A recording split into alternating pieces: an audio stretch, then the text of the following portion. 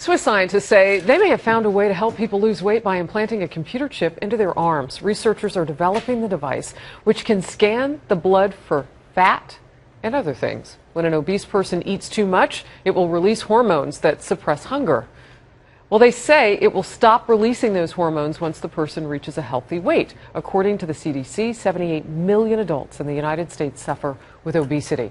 That's 34%, while 17% of children suffer with the disease. Researchers say the device could be an alternative to diet pills and weight loss surgeries, but that it could take a number of years before they can actually safely release it to the public. So Dr. Nina Radcliffe is here to tell us more about it. She practices at Atlanticare Regional Medical Center, studied biomedical science and ethics at the University of California in Riverside. Dr. Nina, as I like to call you, good to see you. Thank you. All right, so can this work? Yes. How does it work exactly? So it functions as a thermostat. It's implanted in your body and it monitors the blood levels of your fat. When it reaches a certain threshold, then it releases a hormone that tells your body that you are full and will send a signal to your brain to stop eating.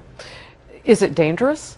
I don't think so. I mean, we're using the system for insulin for diabetics. So it monitors blood sugar levels. When it reaches a certain threshold, it releases insulin. So we're using the same concept that we're using for diabetics. So somebody walks into your office, you look at them. Who's a candidate and who is not a candidate for this? Well, there's many candidates. As you said earlier, about 2/3 of Americans are considered obese. This is a technological advancement. We use technology in every aspect of our lives. Look at our smartphones. There's calculators, there's calendars in there, there's everything. This is just a modified version to applying it to the way we eat. You know, during the commercial break, you and I were talking about why you like this. You said there's so many people who take diet pills and do things that are not healthy, and you see the end result of that. Right.